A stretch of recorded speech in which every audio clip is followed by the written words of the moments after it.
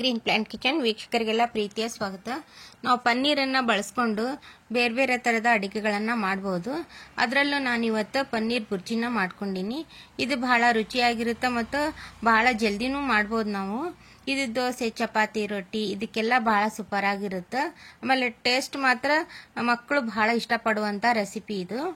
ಪನ್ನೀರಲ್ಲಿ ಎಲ್ಲದಕ್ಕಿಂತ ಹೆಚ್ಚು ಈ ಥರ ಪನ್ನೀರ್ ಬುರ್ಜಿನೇ ಮಕ್ಕಳು ಬಹಳ ಇಷ್ಟಪಡ್ತಾರೆ. ಈ ಥರ ನೀವು ಪನ್ನೀರ್ ಬುರ್ಜಿನ ಒಂದ್ಸರಿ ಮಾಡಿ ನಿಮ್ಮ ಅನಿಸಿಕೆ ಮತ್ತು ನಿಮ್ಮ ಅಭಿಪ್ರಾಯಗಳನ್ನು ಕಮೆಂಟ್ ಮೂಲಕ ತಿಳಿಸ್ರಿ. ಈಗ ಮೊದಲು ಈ ಪನ್ನೀರ್ ಬುರ್ಜಿ ಮಾಡೋದಕ್ಕೆ ನಮ್ಗೇನೆಲ್ಲ ಬೇಕಾಗುತ್ತೆ ಅಂತ ನೋಡ್ಕೊಂಬರೋಣ. ಈಗ ಮೊದಲು ನಾನು ಪನ್ನೀರನ್ನು ಕೈಯಿಂದ ಈ ಥರ ಸಣ್ಣ ಸಣ್ಣದಾಗಿ ಪೀಸಸ್ನ ಒಡ್ಕೊಂಡಿನಿ. ನಾನು ಅಂದರೆ ತುರಿಯೋ ಮಣಿಯಿಂದ ತುರ್ಕೋಬಹುದು, ಇಲ್ಲ ಅಂದರೆ ಈ ಥರ ಕೈಯಿಂದ ಸ್ವಲ್ಪ ತುಂಡು ತುಂಡು ಮಾಡ್ಕೋಬೇಕು. ಈಗ ನಾನು ಸ್ವಲ್ಪ ಎಣ್ಣೆಗೆ ಒಂದು ಪಲಾವ್ ಎಲೆ, ಒಂದು ಸ್ವಲ್ಪ ಚಕ್ಕೆ ಮತ್ತು ಅದಕ್ಕೆ ಸ್ವಲ್ಪ ಜೀರಿಗೆ ಹಾಕ್ಕೊಂಡಿನಿ. ಜೀರಿಗೆ ಸ್ವಲ್ಪ ಚಟಪಟ ಅಂತ ಸಿಡಿಲಿ. ಆ ನಂತರ ಸಣ್ಣದಾಗಿ ಹೆಚ್ಚಿರೋ ಉಳ್ಳಾಗಡ್ಡಿ, ಅಂದರೆ ನಮ್ಗೆ ಸ್ವಲ್ಪ ಜಾಸ್ತಿ ಬೇಕಪ್ಪ ಬುರ್ಜಿ ಅಂದರೆ ಸ್ವಲ್ಪ ಉಳ್ಳಾಗಡ್ಡಿನ ಜಾಸ್ತಿ ಹಾಕೋಬೇಕು. ಇಲ್ಲ ನಮ್ಗೆ ಸ್ವಲ್ಪ ಕಡಿಮೆ ಬೇಕಂದ್ರೆ ಸ್ವಲ್ಪ ಕಡಿಮೆ ಹಾಕ್ಕೊಳ್ರಿ. ಅಂದರೆ ನಾನೀಗ 2 ಉಳ್ಳಾಗಡ್ಡಿನ ಹೆಚ್ಚು ಹಾಕ್ಕೊಂಡಿನಿ. ಅದಕ್ಕೆ 1 ಚಮಚದಷ್ಟು ನಾನು ಅಂದರೆ 1 ಟೀ ಸ್ಪೂನ್ ಅಷ್ಟು ನಾನು ಶುಂಠಿ ಬೆಳ್ಳುಳ್ಳಿ ಪೇಸ್ಟ್ನ ಹಾಕ್ಕೊಂಡಿನಿ. ಅದು ಸ್ವಲ್ಪ ಎಣ್ಣೆ ಒಳಗೆ ಚಲೋತ್ನಾಗ ಫ್ರೈ ಆಗಲಿ. ಈ ಥರ ಉಳ್ಳಾಗಡ್ಡಿ ಎಲ್ಲ ಸ್ವಲ್ಪ ಕೆಂಪಗೆ ಆಗೋವರೆಗೂ ಹುರಿದು ಅದಕ್ಕೆ ಸ್ವಲ್ಪ ನಾನು ಹಸಿಮೆಣಸಿನ್ಕಾಯಿನ ಹಾಕ್ಕೊಂಡಿನಿ. ಇದು ಖಾರದ ಪುಡಿನೂ ನಾವು ಹಾಕ್ಕೊಂತೀವಿ. ನಮ್ಗೆ ಹಸಿಮೆಣಸಿನ್ಕಾಯಿ ಎಷ್ಟು ಬೇಕು ಅಷ್ಟು ನೋಡಿ ಹಾಕ್ಕೊಳ್ರಿ. ಈಗ ನಾನು ಕ್ಯಾಪ್ಸಿಕಮ್ ಅಂದ್ರೆ ದಪ್ಪ ಮೆಣಸಿನ್ಕಾಯಿನ 1 ಮೆಣಸಿನ್ಕಾಯಿನ ಹಾಕ್ಕೊಂಡಿನಿ. ನಾನು 2 ಕೂಡ ಹಾಕ್ಕೋಬಹುದು. ಇದೇನು ಖಾರ ಇರಲ್ಲ, ಟೇಸ್ಟ್ ಭಾಳ ಚಲೋ ಇರ್ತೈತಿ. ಈಗ ಅದು ಸ್ವಲ್ಪ ಕೆಂಪಗಾಗಲಿ, ಅಲ್ಲಿವರೆಗೂ ನಾವು ಚಲೋತ್ನಾಗ ಕೈ ಆಡಿಸ್ಕೊಳ್ಳೋಣ. ಸ್ವಲ್ಪ ಎಲ್ಲಾನು ಚಲೋತ್ನಾಗ ಎಣ್ಣೆ ಒಳಗೆ ಕೆಂಪಗಾಗೋವರೆಗೂ ಕೈ ಆಡಿಸ್ಕೊಂಡು ಈಗ ಟೊಮೊಟೊ ಹಾಕ್ಕೊಳ್ಳೋಣ. ನಾಟಿ ಟೊಮೊಟೊ ಆದ್ರೆ ನೀವು ಸಣ್ಣದಾಗಿರೋ 2 ಟೊಮೊಟೊ ಹಾಕೋಬಹುದು. ಫಾರಮ್ ಅಂದರೆ 1-2 ದಪ್ಪ ಟೊಮೊಟೊನ ಹಾಕೋಬಹುದು. ಅಂದ್ರೆ ಹುಳಿ ಜಾಸ್ತಿ ಆದರೆ ಅಷ್ಟು ರುಚಿ ಇರಂಗಿಲ್ಲ.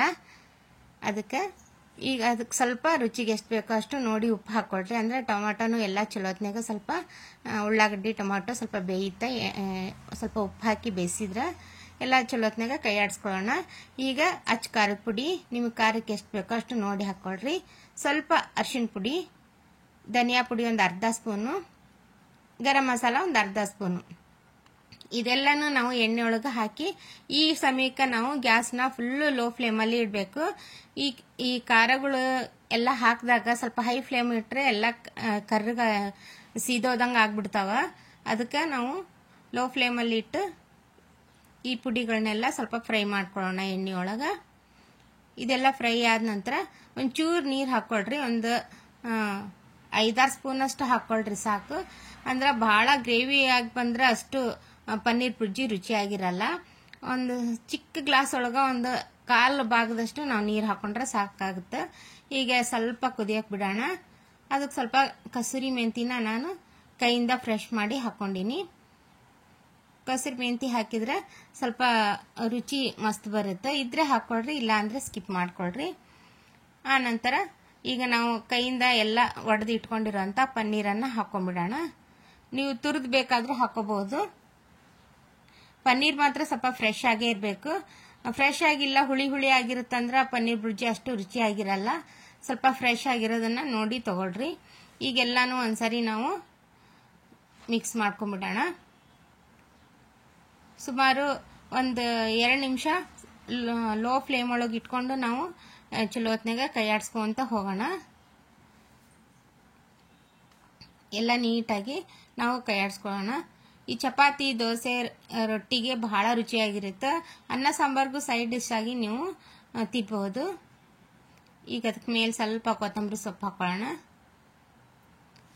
ಎಲ್ಲಾನು ಹಾಕಿ ಒಂದು ಸ್ವಲ್ಪ ಮುಚ್ಚಿಟ್ಕೊಂಡ್ಬಿಡೋಣ. ಅಂದರೆ ಆಫ್ ಮಾಡೋದು ಬೇಡ, ಹಾಗೆ ಲೋ ಫ್ಲೇಮ್ ಒಳಗೆ ಒಂದು 30 ಸೆಕೆಂಡ್ ಅಷ್ಟು ನಾವು ಮುಚ್ಚಿಟ್ಕೊಂಡು ಈಗ ನೋಡ್ರಿ ಈ ಥರ ಎಲ್ಲ ಚಲೋ ಹೊತ್ನಾಗ ಬೆಂದೈತಿ. ಇವಾಗ ಈಗ ಇನ್ನೊಂದ್ಸರಿ ಮಿಕ್ಸ್ ಮಾಡ್ಕೊಂಡ್ಬಿಡೋಣ. ಈಗ ನಮ್ಗೆ ಸೂಪರಾಗಿ ನಮಗೆ ಪನ್ನೀರ್ ಬುರ್ಜಿ ರೆಡಿ ಆಯಿತು. ದೋಸೆ ಚಪಾತಿಗಂತೂ ಬಹಳ ಸೂಪರ್ ಆಗಿರುತ್ತೆ. ಅದರಲ್ಲೂ ಚಪಾತಿಗಂತೂ ಬಿಸಿ ಬಿಸಿ ಚಪಾತಿಗೆ ಅಷ್ಟು ರುಚಿಯಾಗಿರುತ್ತೆ. ಮಟನ್ ಚಿಕನ್ ಎಲ್ಲ ತಿನ್ನೋರು ಈ ಥರ ಶ್ರಾವಣ ಕಾರ್ತಿಕ್ ಮಾಸದಲ್ಲಿ ತಿನ್ನಲ್ಲ, ಅವಾಗ ನಾವು ಈ ಥರ ಪನ್ನೀರಲ್ಲಿ ವೆರೈಟಿನ ಮಾಡಿಕೊಂಡು ತಿನ್ಬೋದು. ಈಗ ನಮಗೆ ಸೂಪರಾಗಿ ಪನ್ನೀರ್ ಬುರ್ಜಿ ರೆಡಿ ಆಯಿತು. ನೀವು ಒಂದ್ಸರಿ ಈ ಥರ ಪನ್ನೀರ್ ಬುರ್ಜಿ ಮಾಡಿ ನಿಮ್ಮ ಅನಿಸಿಕೆಗಳನ್ನು ಕಮೆಂಟ್ ಮೂಲಕ ತಿಳಿಸ್ರಿ. ಇವತ್ತು ನಾನು ಚಪಾತಿಗೆ ಮಾಡ್ಕೊಂಡಿದ್ದೆ. ಚಪಾತಿಗೆ ಮಾತ್ರ ಬಹಳ ಸೂಪರಾಗಿರುತ್ತೆ ನೋಡ್ರಿ. ಈಗ ನಮ್ಗೆ ಸೂಪರಾಗಿ ರೆಡಿಯಾಗಿರುವಂಥ ಪನ್ನೀರ್ ಬುರ್ಜಿ. ಈ ವಿಡಿಯೋ ನಿಮಗೆ ಇಷ್ಟವಾದರೆ ಲೈಕ್ ಮಾಡಿ, ಶೇರ್ ಮಾಡಿ, ಕಮೆಂಟ್ ಮಾಡಿ. ಮತ್ತೆ ಹೊಸ ರುಚಿಯೊಂದಿಗೆ ಸಿಗೋಣ. ಧನ್ಯವಾದಗಳು.